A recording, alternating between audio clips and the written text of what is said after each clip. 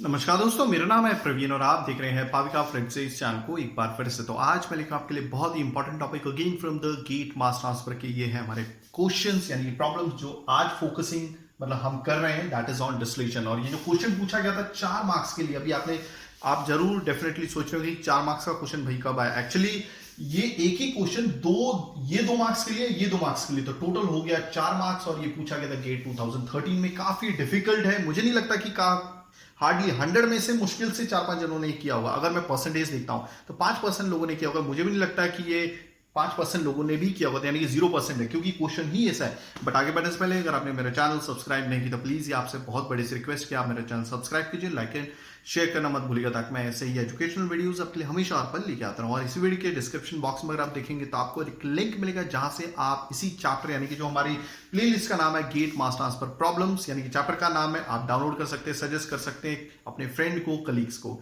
और एक छोटी सी रिक्वेस्ट है कि अगर आपको लगता है कि आपने हमारे चैनल से कुछ सीखा है, क्योंकि हमारा जो channel specially focusing on this one fluid mechanics है, देन स्ट्रेंथ ऑफ मटेरियल है, हीट ट्रांसफर है, गेट के इंजीनियरिंग के क्वेश्चंस है, केमिकल इंजीनियरिंग के, देन फ्लूइड मशीनरी जो क्या बोलते हैं मैकेनिकल इंजीनियरिंग को सब्जेक्ट है।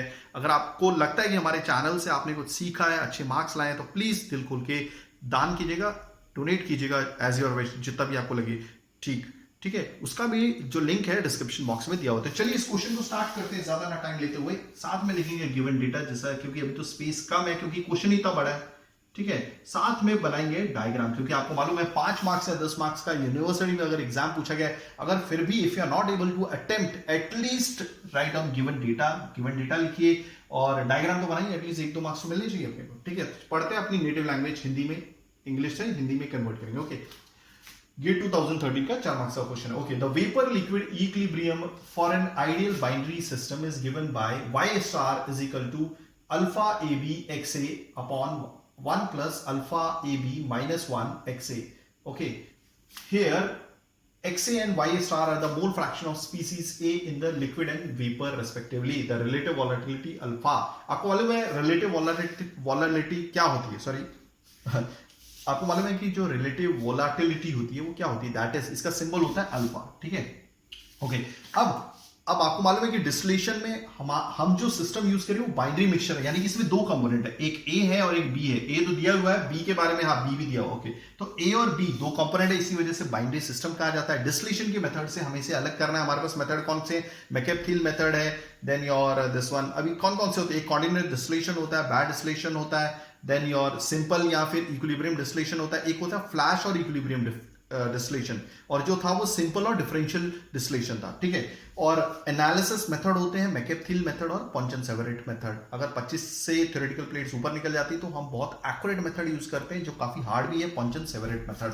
तो हम बात कर रहे थे कि हमारे पास एक मिक्सचर है जिसमें बाइनरी सिस्टम है, यानी कि 2 स्पीसीज है, एक मोर वोलेटाइल कंपोनेंट ए है और ये बी है हमारा less volatile component. Suppose example के तौर पे मेथनॉल और वाटर का मिक्सचर, मेथनॉल का अराउंड बॉइलिंग पॉइंट होगा 60 डिग्री सेल्सियस, पानी का होगा 100 डिग्री सेल्सियस। ओके, तो बाइनरी सिस्टम है, एक आइडियल बाइनरी सिस्टम। ओके, तो VLE डेटा दिया हुआ है, यानी कि VLE देखिए वेपर लिक्विड इक्विलिब्रियम डायग्राम को प्रिडिक्ट करने के लिए एक इक्वेशन दी है। वैसे तो ये सिंपल है, सिंपल अगर शब्दों में बोलूंगा तो y is equal to alpha x upon 1 plus alpha minus 1 into X. Okay, अब रिलेटिव वोलेटिलिटी क्या होती है? वह रिलेटिव वोलेटिलिटी होती है कि A जो मोर वोलेटाइल कंपोनेंट है वो B के रेस्पेक्ट में कितना वोलेटाइल है। ठीक है, तो इसी वजह से उसको बोलते हैं अल्फा ए बी, यानी कि ए की क्या बोलते हैं वोलेटिलिटी, ए की वोलेटिलिटी बी के रिस्पेक्ट में कितनी है। और ये कैसे फाइंड आउट किया जा सकता है? एक पर्टिकुलर टेम्परेचर पे दोनों का वेपर प्रेशर लिया जाता है, और अगर ये 1 से ज्यादा यानी कि 2 है तो दैट मींस ये इजीली सेपरेट हो सकता है।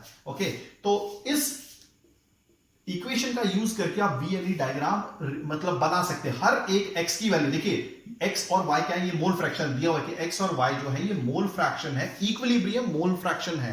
ठीक है, स्पीसीज A के लिक्विड फेज में x है आपका लिक्विड फेज में मोल फ्रैक्शन, y जो है ये वेपर फेज में, और x और y दोनों इक्विलिब्रियम वैल्यूज हैं। तो जो रिलेटिव वोलेटिलिटी है वो देखते हैं उसके बारे में क्या बोल रहा हुआ। ठीक है, तो ये एक इक्विलिब्रियम रिलेशन है। x की वैल्यू सपोज 0.1 ली तो आपको y की वैल्यू मिलेगी, और जो ग्राफ होगा कुछ इस तरह से दिखेगा आपको। VLE का डायग्राम आपने देखा होगा, जितना ऊपर की तरफ उठेगा यानी कि समझ आइए कि डिस्टिलेशन पॉसिबल है। ठीक है, ओके, तो चलिए आगे बढ़ते हैं। क्वेश्चन क्या देखिए, और कुछ तो नहीं दिया होता। ओके, ये इक्वेशन है, इक्वेशन को रहने दीजिए, यहाँ पे कोई प्रॉब्लम नहीं। ओके, अब क्वेश्चन नंबर 1 क्या बोलता है, देखिए the liquid mole fraction XA eight which the maximum difference between the equilibrium vapour mole fraction and liquid mole fraction occur is, हमारे पास 4 ऑप्शन है, ठीक है। तो बोल रहा है कि वो लिक्विड सॉरी वो लिक्विड मोल फ्रैक्शन XA की क्या वैल्यू होगी, ठीक है। हमें XA की वैल्यू फाइंड आउट करनी है कब, जब मैक्सिमम डिफरेंस होगा किसके बीच में, आपका इक्विलिब्रियम वेपर मोल फ्रैक्शन के बीच में और लिक्विड मोल फ्रैक्शन के बीच में। तो वो XA की वैल्यू क्या होगी जब डिफरेंस होगा, वो मैक्सिमम होगा किसके बीच में, एक वेपर मोल मींस कहा भैया, एक तो हो गया आपका इक्विलिब्रियम मोल फ्रैक्शन, इसका मतलब है YA स्टार, ठीक है। और ये लिक्विड मोल फ्रैक्शन आपको मालूम है, कोई भी मतलब कोई भी यानी या फिर बोलूंगा कि जो मोर वोलेटाइल कंपोनेंट का मोल फ्रैक्शन होता है, ठीक है, लिक्विड फेज में वो X कहलाएगा और वेपर फेज में Y कहलाएगा। अभी A कंपोनेंट के हिसाब से बात हो रही है तो XA लिख दिया और स्टार ये Y स्टार और ये जो XA है ये दोनों इक्विलिब्रियम वैल्यूज हैं। तो कहने का मतलब है हमें क्या करना है, हमें डिफरेंस, किसके बीच का डिफरेंस, एक काम करता हूं यहां पे लिखता हूं, डिफरेंस हमें मैक्सिमम चाहिए किसके बीच में, YA स्टार के बीच में माइनस XA के बीच में, और ये मैक्सिमम चाहिए, यानी कि मान लीजिए डेल्टा P डिफरेंस है तो ये चाहिए हमें मैक्सिमम। तो यहां पे काम करता हूं, एरो बना देता हूं, ये हमें मैक्सिमम चाहिए, ठीक है, ओके। तब जब ये मैक्सिमम हो जाएगी तब XA की वैल्यू क्या होगी, यही पूछिए, हमारे पास 4 ऑप्शन है, ओके। जैसे कि आप देख रहे हैं, फिलहाल मैं यहां पे आंसर टिक कर देता हूं, ये आंसर ए है हमारा, 1/1 प्लस अंडर रूट अल्फा ए बी, ठीक है। उसी के साथ दूसरा क्वेश्चन जुड़ा हुआ है 2 मार्क्स के लिए, याद रखिएगा, ये 2 मार्क्स के लिए और ये 2 मार्क्स के लिए। अब a liquid having composition found in the first part of the linked answer question is flash distilled at a steady state with final liquid mole fraction of 0.25। एक लिक्विड है, ठीक है, लिक्विड है जिसका कंपोजिशन क्या है, जो पहले पार्ट में आया है, जो समझ गया, एक लिक्विड है उसकी जो कंपोजिशन होगी, अब कंपोजिशन क्या है, मोर वोलेटाइल कंपोनेंट का मोल फ्रैक्शन ही होगा XA, ठीक है, जो फर्स्ट पार्ट में आया, तो XA आपको XA की वैल्यू मिल जाएगी ना फर्स्ट पार्ट में, तो जो भी आया होगा उसको किससे सब्जेक्ट कर दिया गया, किसमें भेज दिया गया, फ्लैश डिस्टिलेशन में, फ्लैश डिस्टिलेशन में इस सब्जेक्ट इस फ्लैश डिस्टिल। अब फ्लैश डिस्टिल में क्या होता है कि ऊपर वेपर नीचे चले जाता है, एक ही स्टेज होती है वो, ठीक है, ऊपर मतलब वेपर चले जाता है और नीचे क्या चले जाता है, liquid, okay. At a steady state, अब देखिए, अब क्या बोलते हैं, ऊपर तो वेपर चला गया तो वेपर की कंपोजिशन तो हमें नहीं मालूम, अब जो वो नीचे जाएगा तो लिक्विड के फॉर्म में जाएगा तो वहां की कंपोजिशन दी हुई है, to final liquid mole fraction of 0.25। तो एक काम करूंगा, ये पार्ट 2 है, तो पार्ट 2 के लिए मैं यहां पर लिख देता हूं, ठीक है, दिस इज पार्ट 2, ओके, ये है पार्ट 1। तो ये हो गया हमारा, मान लीजिए जो नीचे वाला क्वेश्चन जा रहा है वो L जा रहा है फ्लैश डिस्टिलेशन में, मैं इसका भी डायग्राम बनाऊंगा, ठीक है। XL कितना दिया हुआ है 0.25, और क्या दिया हुआ है हमें, okay, if alpha A B is 2.5, हाँ यहां पर ओके, ये तो ये है ना अभी 1, ओके, रिलेटिव वॉलेटिलिटी की वैल्यू दी हुई है, दिस इज 2.5, ओके। तो जो मोल फ्रैक्शन होगा फीड, अब देखिए the mole fraction of the feed vaporised, यानी कि वो मोल फ्रैक्शन क्या होगा फीड का जो वेपराइज हो गया है, याद रखिएगा फ्लैश इक्विलिब्रियम क्या बोलेंगे, फ्लैश और इक्विलिब्रियम डिस्टिलेशन में F करके एक वैल्यू होती है, F क्या होती है, F इज नथिंग बट, देखिए काफी स्टूडेंट्स को कंफ्यूजन होता है F और Q के बीच में, Q हम ज्यादातर यूज करते हैं फीड लाइन में, ठीक है, मैकेब-थिल मेथड में, याद रखिएगा, कॉन्टिन्यूअस डिस्टिलेशन में जिसमें मैकेब-थिल मेथड लगता है। Q क्या है, F की बात नहीं कर रहा, Q की, Q is a fraction of feed which is liquid, और F क्या है, F is the fraction of feed which is vapour, ठीक है। तो वेपर जो होगा वो ऊपर चला जाएगा, लिक्विड नीचे रह जाएगा, तो F क्या है, यही होगा, F is nothing but the fraction of feed which is vapour, vapour की बात कर रहे हैं। तो वो वेपर कैसे निकालेंगे हम, देखिए हमें क्या पूछा गया है, वो मोल फ्रैक्शन क्या होगा फीड का जो वेपराइज हो गया है, तो हम यही निकालेंगे F by V by F। देखिए फीड का वो पार्ट, वो कौन है, वो V है जो वेपराइज हो गया है, तो इसको हम डिवाइड करेंगे तो मोल फ्रैक्शन ही आएगा, क्लियर हो गया। इंडिविजुअल मोल से जब इस टोटल मोल को डिवाइड करेंगे तो क्या होगा, मोल फ्रैक्शन ही आएगा, क्लियर हो गया ये, ओके, सिंपल है, ओके। तो हमें ये चाहिए, ठीक है, तो दिस इज अगेन थर्ड, और ये हमारा हो गया क्वेश्चन मार्क, हो गया, ये सारी चीजें लगभग हमने सारी चीजें लिख दी हैं, यहां पर तो कुछ है नहीं है, 0.252, ओके। तो अब मैं सारा क्वेश्चन मिटा देता हूं सिवाय इस इक्वेशन के, हो गया क्लियर। तो यहां से अब चीजें बदलने वाली है, ध्यान से लिखिएगा, अगर इस क्वेश्चन में जरा सी भी गलती हुई, देखिए क्वेश्चन आता होगा आपको, ठीक है, डेफिनेटली मैं ये नहीं बोल रहा हूं, अगर आ भी जाए तो क्या है कि इसमें जरा सी गलती प्लस माइनस की पूरा आंसर खराब कर देगी, ठीक है, और आपको आंसर पहचानना काफी मुश्किल हो जाएगा। चलिए, तो सबसे पहले ये देख लेते हैं, ठीक है, लेट मी चेक,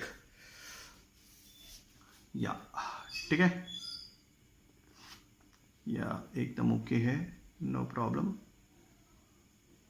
ठीक है। ओके चलिए अब आगे बढ़ते हैं। ठीक है, अब देखिए ये इक्वेशन है। ओके तो सबसे पहले आपको मालूम है कि हमें क्या चाहिए, डेल्टा पी।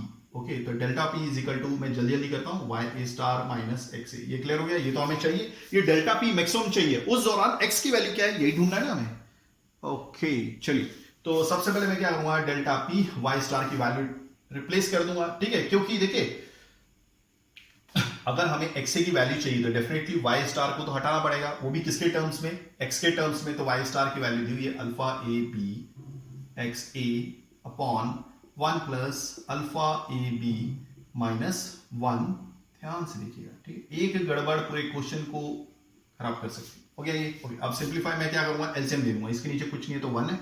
ओके तो एलसीएम क्या होगा, 1 प्लस अल्फा ए बी याद रखिएगा बेस पर है, ठीक है, माइनस 1 एक्स ए। ओके इससे डिवाइड किया तो ये सेम ही आ गया, अल्फा ए बी एक्स ए। ठीक है, बीच में माइनस का साइन है, ये इससे डिवाइड होगा और जो भी होगा 1 सेम ही आएगा, ये इससे डिवाइड होगा सेम आएगा, ऊपर मल्टीप्लाई हो जाएगा। ओके तो एक्स ए, और जो मल्टीप्लाई हो रहा है मैं ये काम करता हूं, ये पूरी बड़ी टर्म है इसलिए एक ब्रैकेट में लिख लेता हूं। ठीक है, माइनस 1 एक्स ए।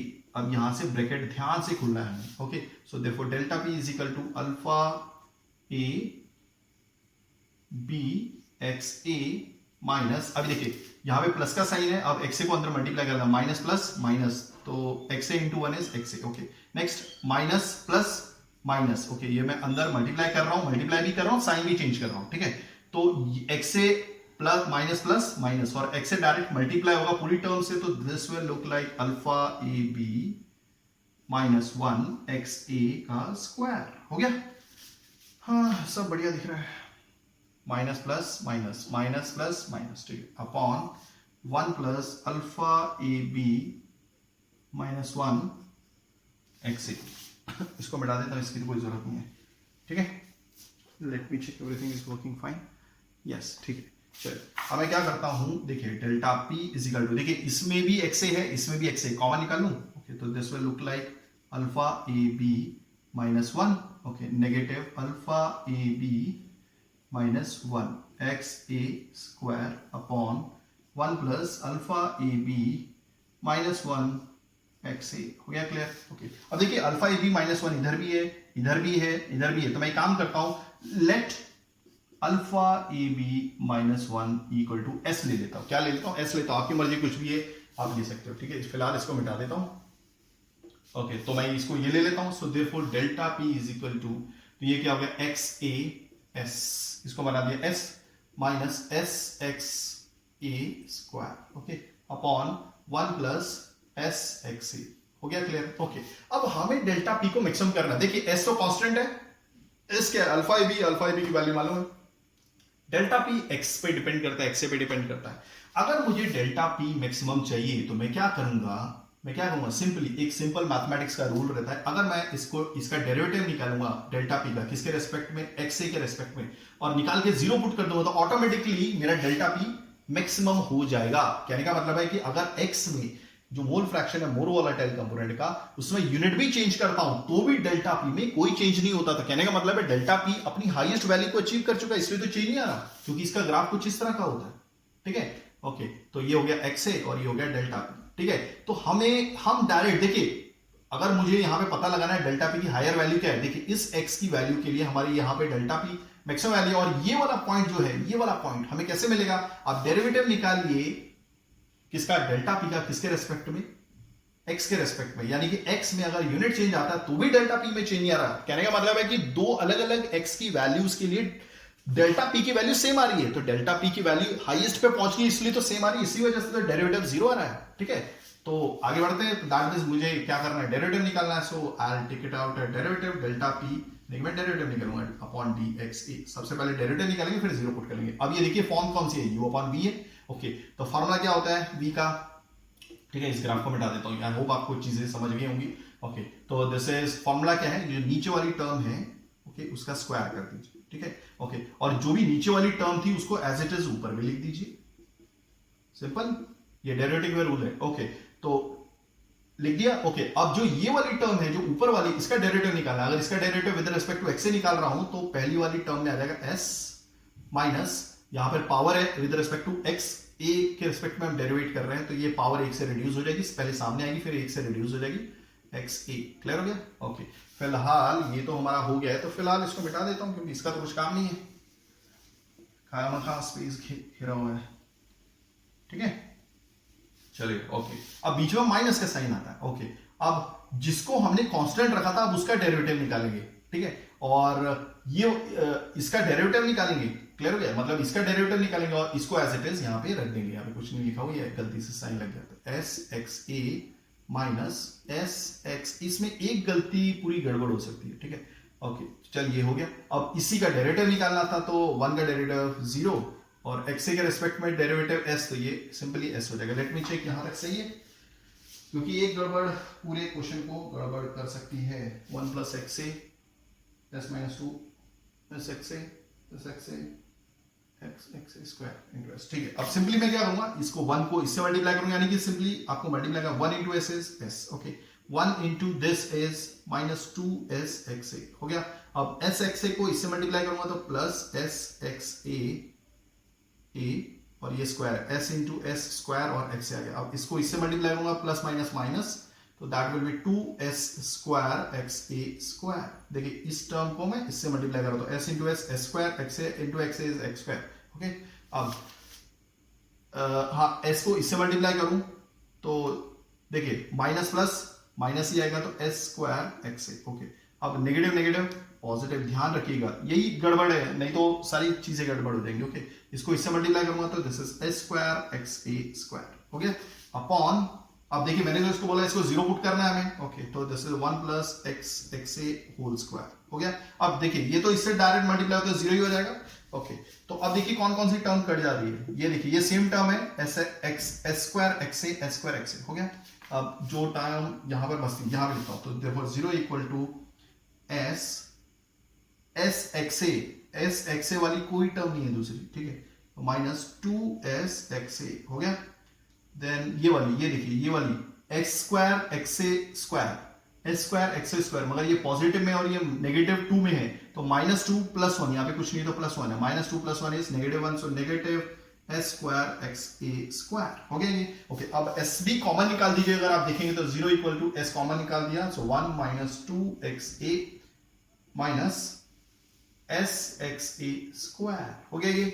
तो ये भी नीचे आएगा, तो 0 upon anything is 0, this is equal to, अभी काम करते हैं, अब हम इसको पॉजिटिव बना लेते हैं, ये मैं इस साइड लेके आ जाता तो सारी चीजें पॉजिटिव हो जाएंगी, तो S x a square plus 2 x X A minus 1, तो ये हुई हमारी इक्वेशन, ये क्वाड्रेटिक इक्वेशन होगी। लेट मी चेक, ये ओके ओके ओके। अब एक काम करेंगे, चलिए इसको मैं मिटा देता हूं, लगभग हमारा ये सारा हो गया है। ठीक है, अब मैं क्या करूंगा, सिंपली अब मैं करने वाला हूं, let me check everything is working fine, या आई होप आपको चीजें समझ में आ रही होंगी बहुत अच्छे से, मैं काफी डीप प्रोवाइड कर रहा हूं आपको। ठीक है, ओके, चलिए अब मैं क्या करूंगा, सिंपली अब मैं क्वाड्रेटिक इक्वेशन है, तो अब आपको रूट्स निकालने हैं, रूट्स निकालने हैं क्वाड्रेटिक इक्वेशन, यानी कि एक्स ए की वैल्यू निकालनी है, तो formula is negative B plus minus under root D upon 4a। ठीक है, ये तो आपने दिखा ही होगा पहले भी, 2a sorry. Okay, so X A is equal to negative B, इसका एक्स ए का कोफिशिएंट क्या है, ठीक है, आप इससे कंपेयर कर सकते हैं, a x square plus b x plus c equal to 0। ठीक है, तो एक्स का कोफिशिएंट बी होता है, तो एक्स का कोफिशिएंट क्या है, -2 plus minus under root D क्या है आपका, B square minus 4ac, B square minus 4ac यानी कि बी स्क्वायर यानी कि 2b है, तो that will be 4 minus 4ac, 4 into a क्या है हमारा s है। ओके, डॉट लगा दिया, इंटू डॉट सी क्या है, सी क्या हमारा -1 है। Okay, upon 2 into a is s. Okay, so xa is equal to -2 plus minus, this is 4, negative positive 4s. Okay, upon 2s. Okay, यहाँ पे देखिए therefore xa is equal to, ये question काफी इंपॉर्टेंट है। अब एक चीज है, देखिए इसमें हमें डिसाइड ये करना है कि हम बीच में प्लस लें या माइनस लें। अगर हमने माइनस और माइनस ले लिया तो एक्स से कभी भी नेगेटिव नहीं आएगा आपका, तो ये -2 लेना पड़ेगा, ये तो -2 ही लेना पड़ेगा, और प्लस वाली वैल्यू लेनी पड़ेगी, तभी तो हमारा पॉजिटिव आएगा। क्लियर हो गया, क्योंकि ये वैल्यू बड़ी होगी, फिलहाल तो हमें s की वैल्यू नहीं मालूम है।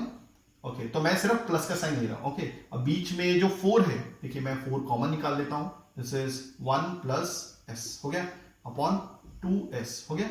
सो therefore x is equal to -2, अभी जो 4 है बाहर निकलेगा, रूट से बाहर निकलेगा, तो ये 2 के फॉर्म में निकलेगा, 1 प्लस s हो गया। Upon 2s। ओके, अब मैं ये 2 को कॉमन ले लूंगा, so therefore xa is equal to कितना,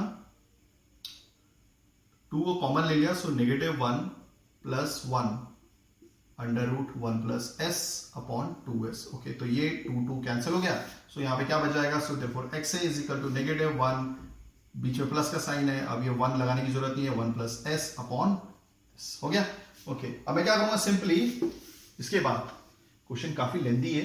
ओके, देयरफॉर xa की वैल्यू देखिएगा अभी, सो s की वैल्यू जो है मैं ओरिजिनली पुट कर रहा हूं यहाँ पे, so -1 plus under root 1 plus alpha, अभी ब्रैकेट लगाने की जरूरत नहीं है, ठीक है, क्योंकि बाहर प्लस का ही साइन है, alpha A B minus 1 upon S की तो वैल्यू डाल रहे हैं हम, so this is your alpha A B minus 1 हो गया। सो प्लस 1 और माइनस 1 कैंसिल हो गया, so therefore we have xa equal to -1 plus alpha A B upon alpha, हाँ यहाँ पे बी रह गया, alpha A B minus 1। Okay, अब आपको मालूम है ये टर्म को मैं कैसे लिख सकता हूं, देखिए -1 प्लस, एक काम करता हूं, इसको मैं ना अल्फा ए बी को पहले लिख लेता हूं, प्लस की टर्म है, और -1 यहां पे लिखता हूं, ठीक है।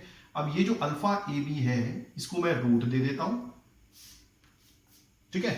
ओके, इसको स्क्वायर कर देता हूं, -1 का भी स्क्वायर कर देता हूं। देखिए स्क्वायर जब रूट पे पड़ेगा तो सिंपली ये किसमें कन्वर्ट हो जाएगा, अल्फा ए बी में, और 1 का स्क्वायर करेंगे तो 1 ही आएगा, ठीक है। तो दैट मींस ये A square minus B square का फॉर्मूला हो गया, so therefore xa equal to under root alpha A B -1 upon, इसको लिख सकते हैं अल्फा ए बी -1, और ये हो गया हमारा अल्फा ए बी +1 हो गया ये। ओके, अब आप देखिए ये कैंसिल हो गया, सो फाइनली हमारा आंसर क्या आ गया, xa is equal to 1 upon under root alpha A B +1, जो मैंने आपको बोला था, ठीक है, हो गया क्लियर। अब दूसरा क्वेश्चन हमारा जो लिखा हुआ था वो मैं पढ़ देता हूं, ठीक है।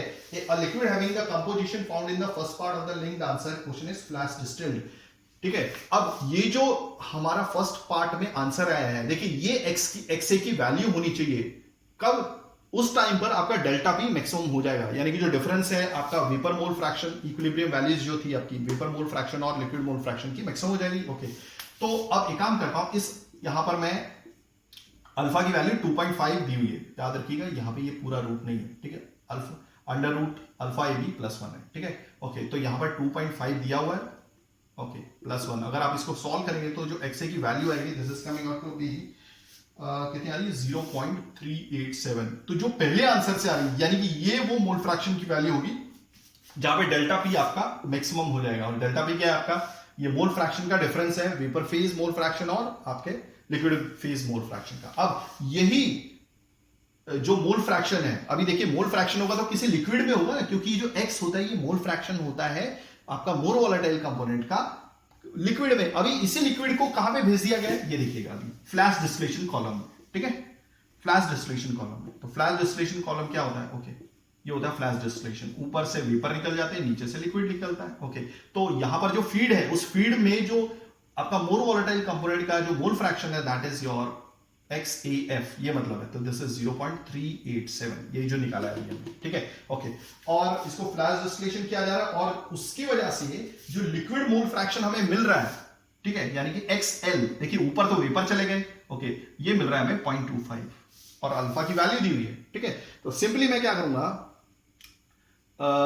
हाँ देखिए ये वाला जो मोल फ्रैक्शन है ऊपर जो आ रहा है, मान लीजिए क्या है, YA स्टार, ठीक है, ऊपर देखिए वेपर फेज है, तो मोल फ्रैक्शन जो वेपर फेज में होगा मोर वोलेटाइल कंपोनेंट का Y स्टार होगा, ओके, और नीचे वाले में 0.25 होगा। ये मोल फ्रैक्शन है लिक्विड फेज में आपका जो नीचे की तरफ जा रहा है, ठीक है, और ये लिक्विड है, ये वेपर है, ये दोनों आपस में इक्विलिब्रियम वैल्यूज पे हैं। और इक्विलिब्रियम वैल्यूज को अगर हमें पता करना हो Y स्टार को, हम कैसे पता करेंगे, सिंपल है, हमारे पास ऑलरेडी एक फॉर्मूला था, हमने दिया था स्टार्टिंग में, Y star is equal to alpha A B XA upon 1 plus alpha A B -1 into XA, clear है। ओके, अब इस XL क्या है, तब वो ये बन जाएगा, समझ गया, क्योंकि ये VLE डेटा को जनरेट करने की इक्वेशन है, तो ये जो XL है ये XA बन जाएगा 2.5 की, यानी कि अल्फा की वैल्यू मालूम है तो हमें Y स्टार मिल जाएगा। तो कहने का मतलब है हम ये फाइंड आउट कर लेंगे, इस XL की वैल्यू के लिए Y स्टार क्या होगा, ये वाली वैल्यू मत पुट कर देना, ठीक है, क्योंकि ये तो आपकी फीड है जिसकी मोल फ्रैक्शन जो है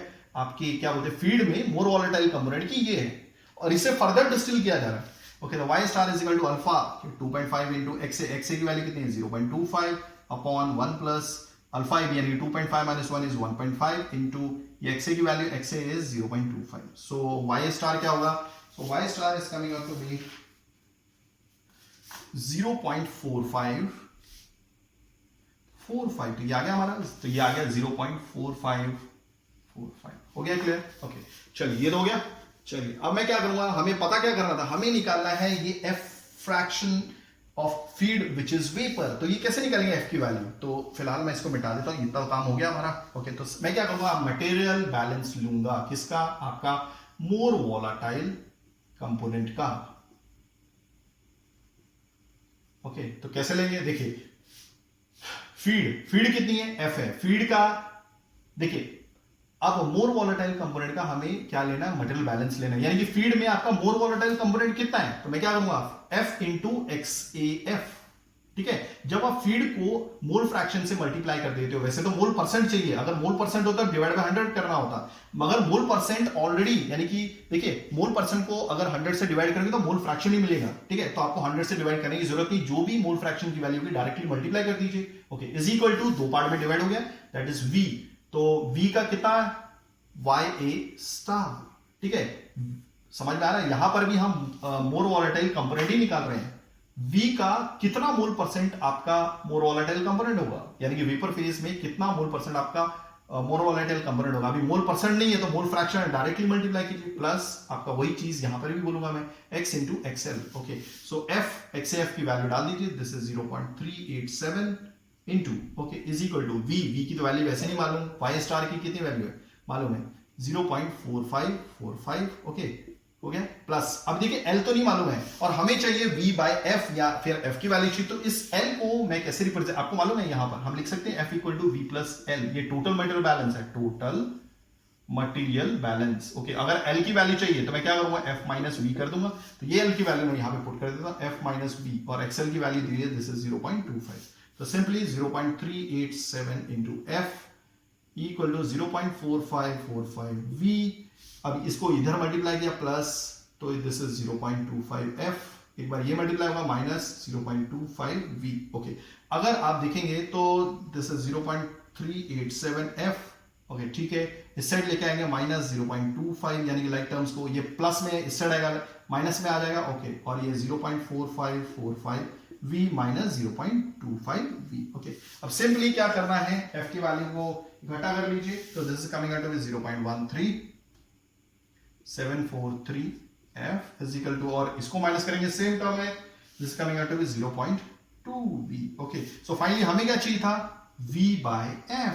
तो सिंपली 0.13743, और फिलहाल मिटा दीजिए क्योंकि हमारा आंसर तो आ ही गया है, और ये 0.2 नीचे आ जाएगा. तो this is coming out to be 0.67 something आ रहा है, कुछ 687, सॉरी 687. तो आई होप आपको सारी चीजें समझ में आ गई होंगी. काफी लेंदी हो गया था भी ये 4 मार्क्स का क्वेश्चन. अगर आप ऐसी एजुकेशनल वीडियोस चाहते हैं तो please do right A comment. मैं पूरी कोशिश करूंगा टाइमिंगली वीडियोस लेके आने की. हाँ, किसी ने मेरे से पूछा था कि भाई मैं ऑनलाइन वीडियोस लेता हूं, फिलहाल तो मैं नहीं लेता हूं. टाइम आएगा तो मैं आपको बताऊंगा कि मैं ऑनलाइन वीडियोस लूंगा या नहीं लूंगा. डेफिनेटली आगे आने वाले टाइम में लेने वाला हूं. तो थैंक्स फॉर वॉचिंग, धन्यवाद, थैंक यू.